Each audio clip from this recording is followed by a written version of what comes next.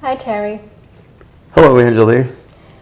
This is a question I've been thinking about for some time, and I've heard several answers, but I'm curious to know yours. So this is a test. Well, it's a test Okay, and also a learning. So, the question is, when it comes to realization, does it require any effort? That's quite a question. And it's very easy to give a simple answer, yes or no, because in many ways they're both right. Realization, learning, enlightenment is an activity that some people devote their lives to, and would certainly say that it amounts to a great deal of initiative and strain and determination and effort. On the other hand,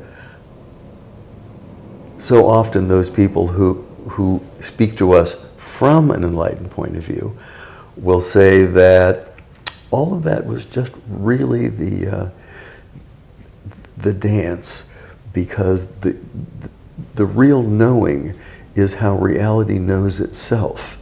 And in order to let that happen, we simply need to get the false parts out of the way. And in order to do that, we need to learn how to not do things or not struggle with things so that things can be what they actually are. And in that sense, no, it isn't effort. Besides, and maybe on a more fundamental or maybe a cosmic level, the effort is all a chimera.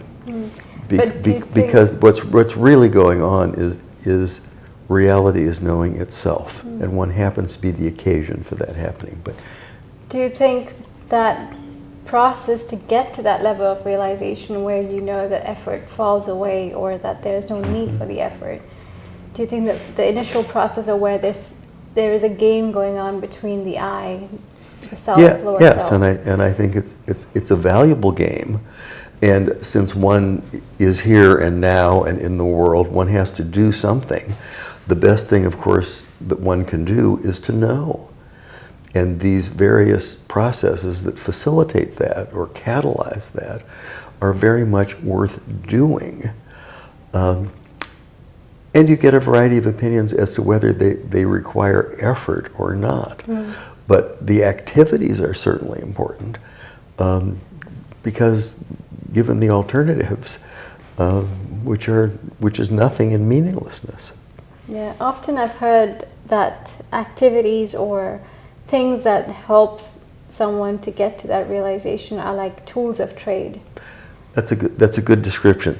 So often, the various paths are described. In Hinduism, they're called yanas, which is a vehicle, and a vehicle gets you from one point to another. But so often, as is known in the traditions, people tend to fall in love with the vehicle. Yeah. And put all of their focus on the vehicle rather than on the destination where the vehicle is supposed to be going. So yes, in that sense, that's very, very right. So what I'm hearing is it's almost an act of balance about being on the journey, but also realizing that it's a journey. Yes, I think that's a very good formulation. It's important to be on the journey. It's important to realize it is a journey. And that it has a destination.